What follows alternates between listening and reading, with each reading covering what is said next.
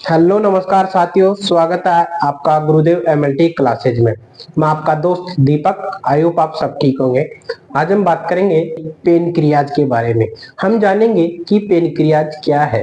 Pancreas को हम हिंदी में अग्नाशय बोलते हैं। यह हमारे शरीर का एक ऑर्गन यानी कि अंग होता है। तो अग्नाशय हमारे शरीर में क्या करता है, इसका क्या काम होता है, आइए समझते हैं। पेनक्रियाज हमारे शरीर की एक इम्पोर्टेंट ग्लैंड है जो डाइजेस्टिव सिस्टम और एंडोक्राइन दोनों का हिस्सा होती है।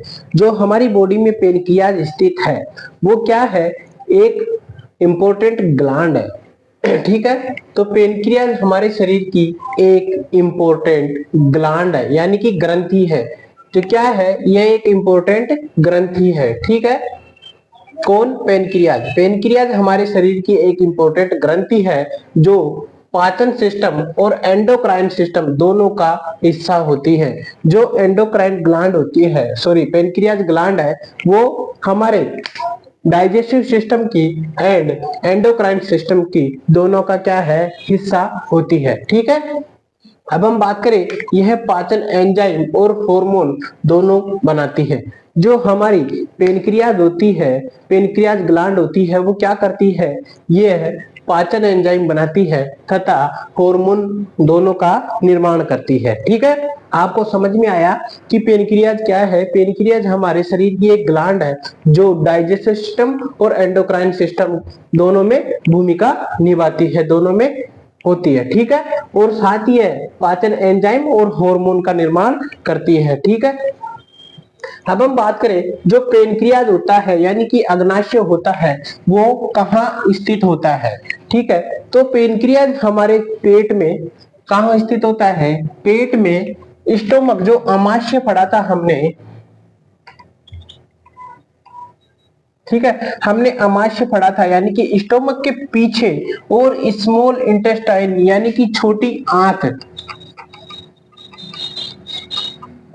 जो स्टोमक के पीछे और स्मॉल इंटेस्टाइन यानी कि डुओडुनम, जहां हमारे स्मॉल इंटेस्टाइन यानी छोटी आंत में डुओडुनम जुड़ता है, डुओडुनम रहता है, उसके पास स्थित होती है। ठीक है, पेनक्रियाज यानी कि अग्नाशय कहाँ स्थित होता है, पेनक्रियाज हमारे पेट में स्मॉल इंटेस्टाइन के पास, डुओडुनम के पास स्थित होता है और स्टोमक के पीछे यानी कि अमाशय के पीछे और छोटी आंत के पास स्थित होता है।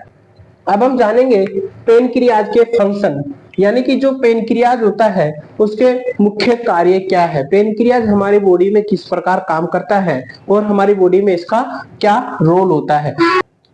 हमारे पेनक्रियाज के अंदर जो डाइजेस्टिव फंक्शन होता है यानी कि पाचन का कार्य होता है वो किसमें होता है, एक्सोक्राइन के अंदर होता है। ठीक है, और जो हार्मोन का कार्य होता है, हार्मोन स्रावित होता है, वो कहाँ होता है, एंडोक्राइन के अंदर होता है। ठीक है, तो पेनक्रियाज के मुख्य कार्य में हम पढ़ेंगे, यह पाचन एंजाइम बनाती है। कौन?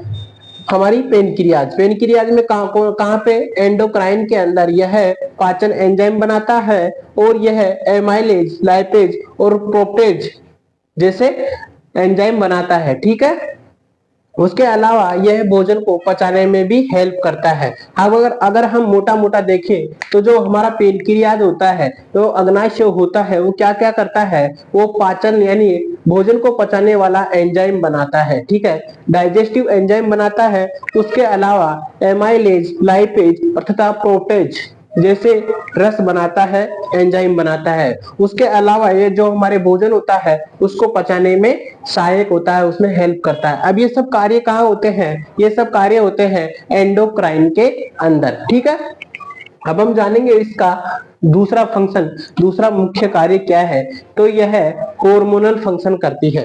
जो हमारे एंडोक्राइन, सॉरी, जो हमारा पेनक्रियाज होता है यानी कि जो अग्नाशय होता है वो हार्मोनल का कार्य भी करता है। तो जो ये हार्मोनल का कार्य होता है वो हमारे कहाँ होता है, तो यह एंडोक्राइन के अंदर होता है। ठीक है, अब हम बात करेंगे जो हार्मोनल फंक्शन होता है उसमें क्या क्या होते हैं।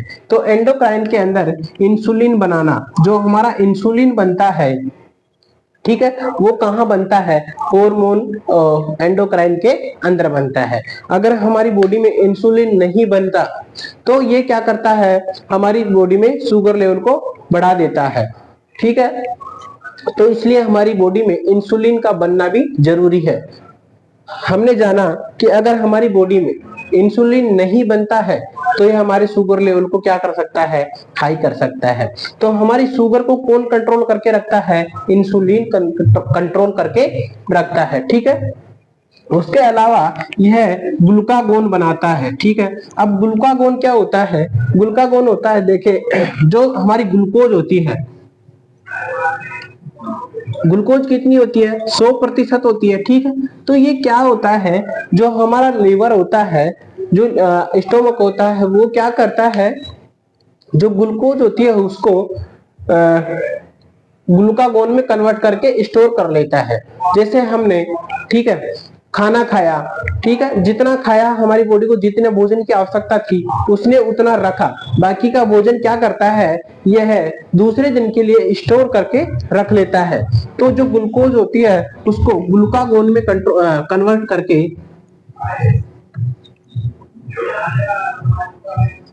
ग्लूकागोन में क्या कर लेता है, कन्वर्ट करके, यानी कि 50% बना लेता है और खुद के पास रख लेता है। जैसे हमने शाम का खाना बनाया, ठीक है, जो खाना हमने खाया तो खाया, ठीक है, जो खाना बच गया उसको हम क्या सुबह के लिए रख देते हैं। तो उसी प्रकार यह भी जो हमारा एंडोक्राइन होता है वो क्या करता है, जो ग्लूकोज हमारी बॉडी के लिए जरूरी थी वो तो यूज ले लेता है, उसके अलावा जो बच जाती है उसको ग्लूकागोन में कन्वर्ट करके रख लेता है। ठीक है, तो यह है ग्लूकागोन बनाता है तथा ब्लड शुगर कंट्रोल करता है। ठीक है, हमने अभी बताया कि जो ये एंडोक्राइन होता है इंसुलिन क्यों बनाता है, क्योंकि ये ब्लड शुगर होती है जो हमारी, उसको कंट्रोल करने के काम आता है। अब हम पेनक्रियास से जुड़े फैक्ट्स जानेंगे, यानी कि जो हमारा अग्नाशय होता है उससे जुड़े जीके यानी कि जनरल पॉइंट जानेंगे कि कौन कौन से जनरल पॉइंट है। तो ठीक है, अब हम जानेंगे जो हमारा पेनक्रियाज होता है वो है एक मिक्स ग्लैंड होता है। ठीक है, हमारा पेनक्रियाज एक क्या होता है, मिक्स ग्लैंड होता है। ये मिक्स ग्लैंड क्यों बोलते हैं, क्योंकि ये डाइजेस्टिव सिस्टम में भी हेल्प करता है तथा यह हार्मोन बनाने में भी हेल्प करता है, इसलिए क्या है, ये है एक मिक्स ग्लैंड है। क्या क्या करता है, डाइजेस्टिव तथा हार्मोन दोनों में क्या करता है, हेल्प करता है, इसलिए ये क्या है, पेनक्रियाज एक मिक्स ग्लैंड है। ठीक है, ये टॉपिक क्लियर है। उसके बाद हम बात करें इंसुलिन पेनक्रियाज से बनता है। बिल्कुल जी हाँ दोस्तों, जो हमारी बॉडी में इंसुलिन बनता है वो कहां से स्रावित होता है, वह पेनक्रियाज यानी कि अग्नाशय से स्रावित होता है। यानी कि जो हमारी बॉडी में इंसुलिन बनता है वो कौन बनाता है, वो पेनक्रियाज बनाता है। ठीक है, तो उसके बाद हम देखें डायबिटीज पेनक्रियाज से जुड़ी बीमारी है। बिल्कुल दोस्तों, जो हमारी शुगर होती है वो कहां से जुड़ी होती है, हमारे पेनक्रियाज से जुड़ी होती है। अगर हमारी बॉडी में इंसुलिन स्रावित होना बंद हो जाए, यानी इंसुलिन बनना बंद हो जाता है, तो हमारी बॉडी में क्या होगा, धीरे धीरे डायबिटीज बढ़ेगी। ठीक है, डायबिटीज बढ़ने से हमारी बॉडी में क्या हो जाएगा, शुगर हो जाएगा। तो शुगर होने से हमारी बॉडी में विभिन्न प्रकार की बीमारी हो सकती है, इसलिए जो डायबिटीज होती है वो पेनक्रियाज से जुड़ी हुई होती है। उसके बाद हम देखेंगे जो पेनक्रियाज है वह ब्लड शुगर को, यानी कि जो हमारी शुगर लेवल होता है उसको कंट्रोल करता है। जो हमारी शुगर होती है, अगर हम नॉर्मल रेंज की बात करें, तो अगर हम खाली पेट की बात करें तो खाली पेट में जो हमारी शुगर होती है वो 70 से 100 तक होती है। और अगर हम खाना खाने के बाद अगर हमारी शुगर की नॉर्मल रेंज देखें, तो खाना खाने के बाद अगर हम नॉर्मल रेंज की बात करें तो यह 70 से 140 होती है। तो यह जो हमारी इंसुलिन डायबिटीज होती है वो उसको कंट्रोल कौन करता है, इंसुलिन कंट्रोल करता है। ठीक है, तो पेनक्रियाज हमारी ब्लड शुगर को भी कंट्रोल करके रखता है। उसके अलावा जो पेनक्रियाज होता है वो डुओडुनम से जुड़ा होता है। डुओडुनम कहाँ होता है, हमारी स्मॉल इंटेस्टाइन में, यानी कि छोटी आंत में होता है।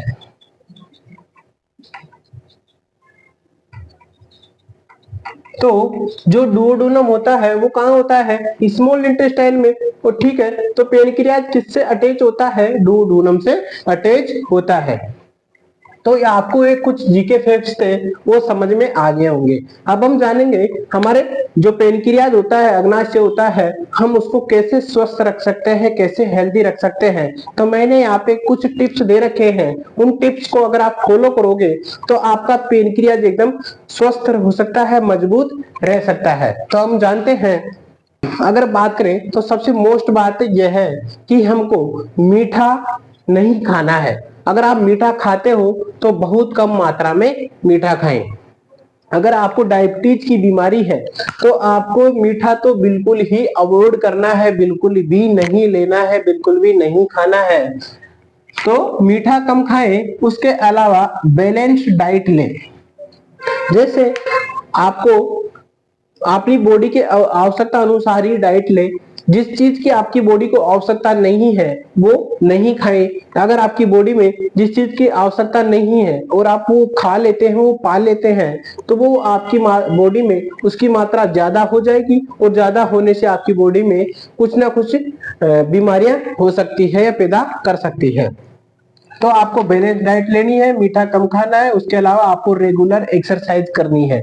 मैंने हर टॉपिक में बताया है, हर लेसन में बताया है। जो भी मैंने यहाँ पे आज तक लेसन पढ़ाया है उस लेसन में मैंने बताया है कि योग एक्सरसाइज डेली करना है, नियमित करना है। अगर आप डेली योग और एक्सरसाइज करते हो तो आप अपनी लाइफ में एकदम फिट रहोगे और जितने भी आपकी बॉडी के ऑर्गन है वो एकदम परफेक्ट प्रॉपरली तरीके से काम करेंगे।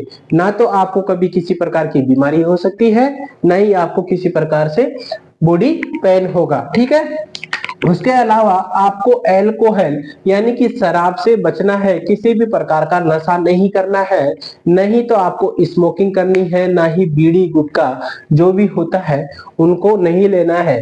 तो उनको सबसे ज्यादा क्या करें, अवॉइड करें। तो अल्कोहल से भी बचे और स्ट्रेस भी कम लें। आपको तनाव तो लाइफ में बिल्कुल भी नहीं लेना है, चाहे किसी भी प्रकार की टेंशन हो, तनाव नहीं लेना है। अगर आप टेंशन करते हो, तनाव लेते हो तो आपकी बॉडी में क्या होगा, ब्लड प्रेशर हाई या लो हो सकता है, तो बीपी बन सकती है, ब्लड प्रेशर हाई हो सकता है, जिसके कारण ब्लड प्रेशर हाई होने के कारण आपके जो हार्ट होता है, हार्ट अटैक की बीमारी हो सकती है। उसके अलावा किडनी की बीमारी हो सकती है। तो आपके माइंड पे भी प्रेशर पड़ सकता है, इसलिए आपको स्ट्रेस नहीं लेना है। ठीक है दोस्तों। तो अगर आपको पेनक्रियाज यानी कि अग्नाशय समझ में आया हो तो इस वीडियो को लाइक करें और चैनल को सब्सक्राइब करें। ठीक है। अगर आपको किसी भी प्रकार का डाउट हो तो कमेंट करें और वीडियो को लाइक करें। जय हिंद दोस्तों।